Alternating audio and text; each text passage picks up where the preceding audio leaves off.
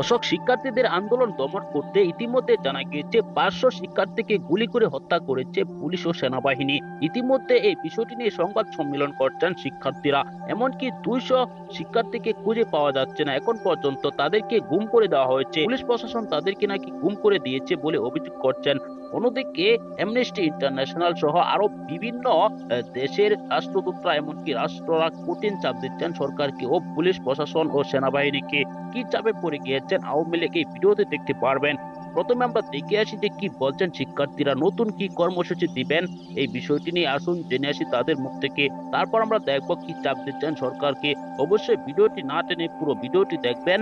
চ্যানেলে নতুন হলে সাবস্ক্রাইব করে রাখবেন পরবর্তী আপডেট পাওয়ার জন্য। সম্মানিত দর্শক, সম্পূর্ণ ভিডিওটি দেখলেন। এই ভিডিও সম্পর্কে অবশ্যই আপনার মূল্যবান মতামত কমেন্টে জানাবেন। দর্শক, আপনারা সকলেই জানেন বিভিন্নভাবে কিন্তু শিক্ষার্থীদের আন্দোলন দমন করা হয়েছে। কেননা বিভিন্নভাবে কিন্তু শিক্ষার্থীদের আন্দোলন যেমন ছড়িয়ে পড়েছিল, তাদের মাঝে ঢুকে পড়েছিল ছাত্রলীগ, এমনকি ছাত্রদল সহ জামাত শিবির সহ সকলেই।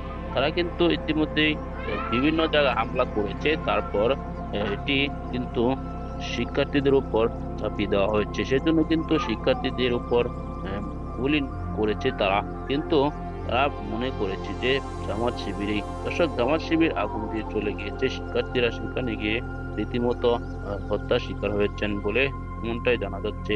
দর্শক, সারা দেশে যেভাবে জামাত বিএনপি আন্দোলন করে যেভাবে ধ্বংসযজ্ঞ চালিয়েছে, সেটি নিয়ে কিন্তু বাংলাদেশের পুলিশ প্রশাসন ইতিমধ্যেই আতঙ্ক তৈরি করে দিয়েছে, পুরা দেশে কারফিউ জারি করে দিয়েছে। সেজন্যই কিন্তু রীতিমতো একটি আতঙ্ক তৈরি হচ্ছে পুরো ঢাকা শহর বা বাংলাদেশে। দর্শক, এই ভিডিওতে আপনার যে তথ্যগুলো পেয়েছেন সব বিষয় নিয়ে আপনার মূল্যবান মতামত জানান।